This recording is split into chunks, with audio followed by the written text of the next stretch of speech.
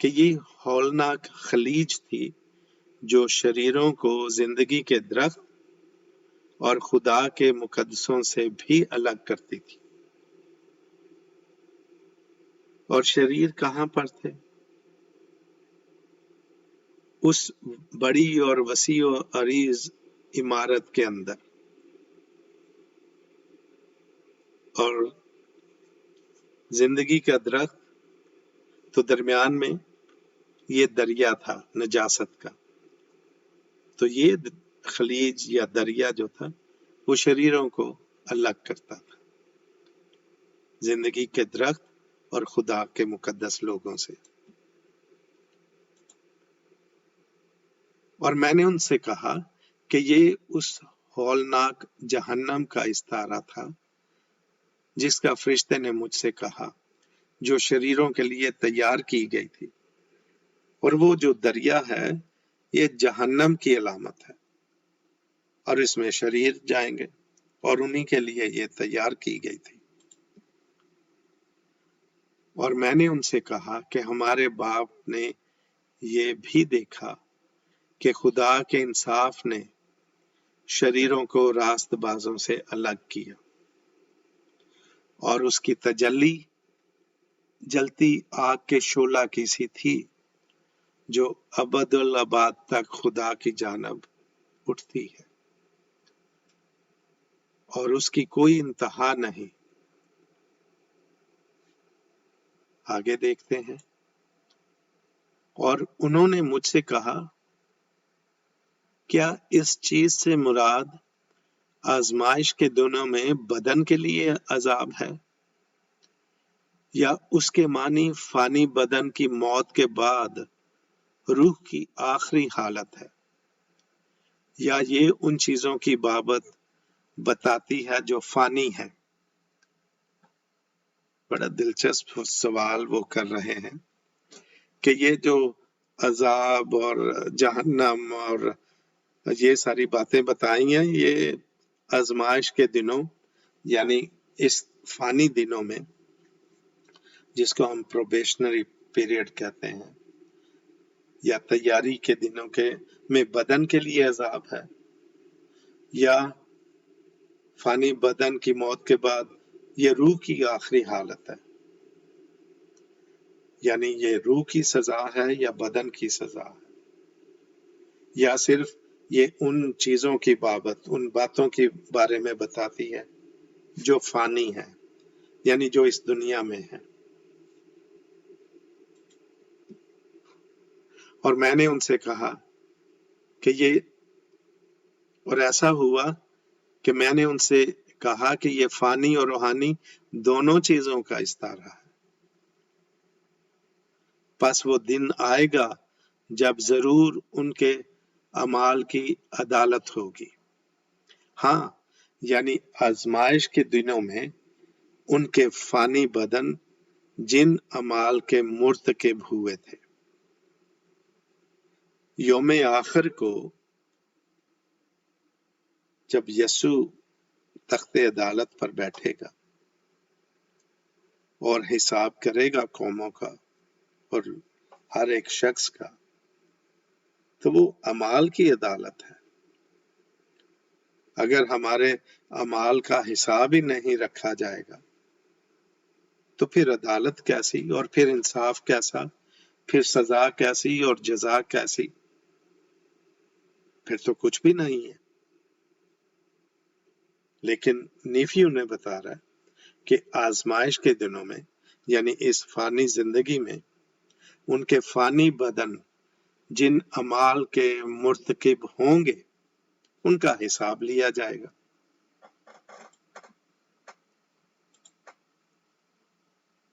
پس اگر وہ اپنی بدی میں ہلاک ہوں گے تو ان باتوں سے بھی خارج کیے جائیں گے جو روحانی ہیں، جو راست بازی کے متعلق ہے۔ پس لازم ہے کہ وہ اپنے اعمال کے مطابق عدالت کے لیے خدا کے حضور پیش کیے جائیں، اور اگر ان کے اعمال نجس ہوں گے تو یقیناً وہ بھی نجس ہوں گے، یعنی نجس سے یہاں پر مراد ناپاک ہے، اور اگر وہ نجس ہوں گے تو وہ خدا کی بادشاہی میں قیام نہ پا سکیں گے۔ اگر ایسا ہوتا ہے تو خدا کی بادشاہی بھی نجس ہوتی ہے۔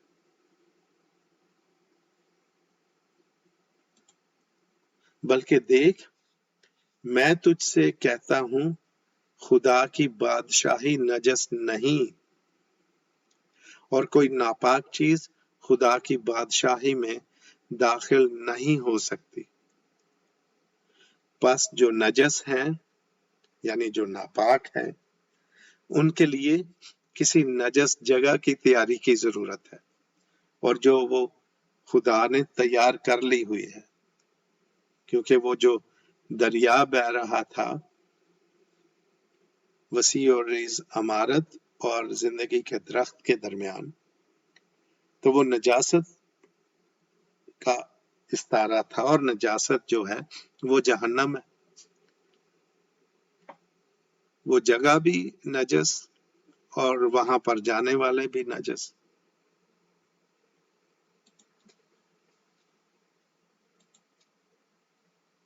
اور جگہ تیار کی گئی ہے، یعنی نیفی ابھی مزید بتا رہا ہے، یعنی وہ ہولناک جہنم یا دوزخ جس کی بابت میں کہہ چکا ہوں، اور اس کو تیار کرنے والا ابلیس ہے۔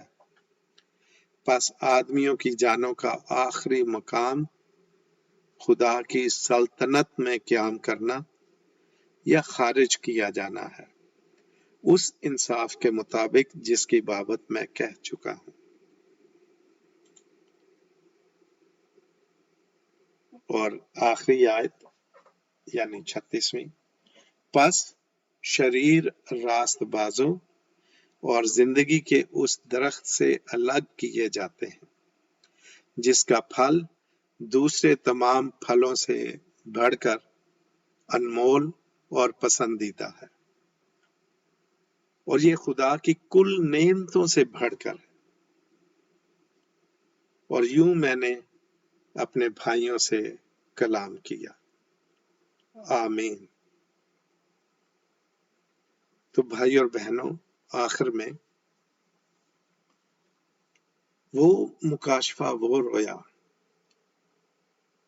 جو نیفی کے باپ لیہی نے اس کتاب کے 8ویں باب میں دیکھی تھی، اور پھر اس نے اپنے بیٹوں کو وہ بتائی تھی، اس کو جاننے کے لیے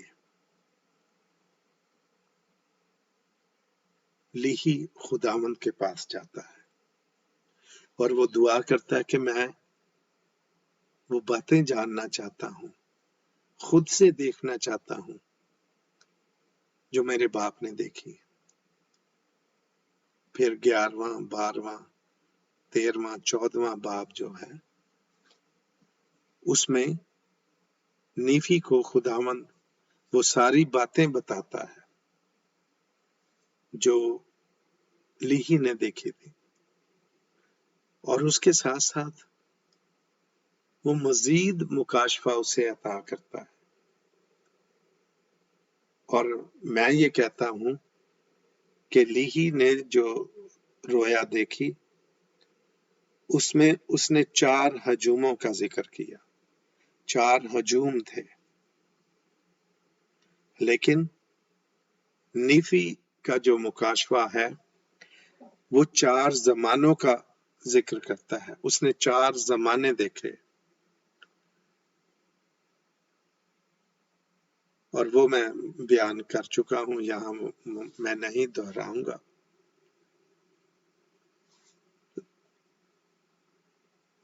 میں یہ تو نہیں کہوں گا کہ نیفی کی رویا لیہی کی رویا سے جو ہے وہ بڑی ہے یا افضل ہے، لیکن نیفی کو اور زیادہ بڑی تصویر دکھائی گئی، زیادہ باتیں بتائی گئی، لیکن تشنگی پھر بھی رہ جاتی ہے. کیوں؟ کیونکہ اس کو بہت ساری باتیں لکھنے کے لیے منع کر دیا گیا. لیکن اگر یہاں پر تشنگی ہے، پیاس ہے، تو یوحنا عارف کا مکاشفہ پڑھیں، پیاس بجھ جائے گی، تشنگی ختم ہو جائے گی. تو جیسے دنیا میں کوئی، جیسے کہہ لیں بالی ووڈ ہے یا ہالی ووڈ ہے، تو ایک مووی بنتی ہے، تو اس کے بعد پھر اس کا سیکول آ جاتا ہے، یعنی ایک مووی ہے پھر دوسری اسی نام سے آ جاتی ہے اور آگے کی کہانی بیان کی جاتی ہے. اور آپ حیران ہوں گے، لیکن آپ انتہائی زیادہ فہم اور ادراک اور حکمت پائیں گے اگر آپ لیہی کی رویا اور یوحنا عارف کا مکاشفہ پڑھتے ہیں، تو آپ کو زیادہ واضح سچائیاں نظر آئیں گی. میں اپنی بات کو اور اس سبق کو یہیں پر ختم کروں گا، لیکن چلتے چلتے میں یہ بات آپ کے گوشے گزار کر دوں کہ یہ جو ہم نے ابھی تک 15 باب پڑھے ہیں، اور خاص طور پر 8ویں باب سے لے کر اب تک، اگر لیہی کی رویا اور نیفی کی رویا یا لیہی کا مکاشفہ اور نیفی کا مکاشفہ، اگر ہم اس کو سمجھ لیتے ہیں تو ہم یسوع مسیح کو سمجھ لیں گے، ہم نجات کے منصوبے کو سمجھ لیں گے، ہم مورمن کی کتاب کو سمجھ لیں گے کہ آگے کیا ہونے والا ہے، اور ہم جس دور میں رہ رہے ہیں ہم اس کو سمجھ لیں گے. اور جب سمجھ لیں گے تو ہمیں اپنے بارے میں علم ہو جائے گا کہ ہم اس زمانے میں کیوں ہیں اور ہمیں کرنا کیا ہے، اور وہ انفرادی طور پر خدا ہم سب کو ہمارا ذاتی مکاشفہ عطا کرے گا. یہ میرا ایمان ہے، میرا یقین ہے، اور میں جانتا ہوں، اور اسی کی میں گواہی دنیا کے نجات دہندہ کے نام پر دیتا ہوں. آمین.